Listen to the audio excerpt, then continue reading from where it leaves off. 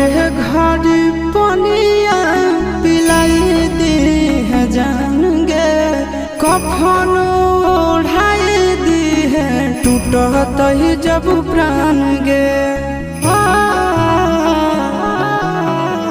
मरे घड़ी पनिया पिलाई दी है जान गे, कफन ओढ़ाई दी है टूटत ही जब प्राण गे। हगे हमारा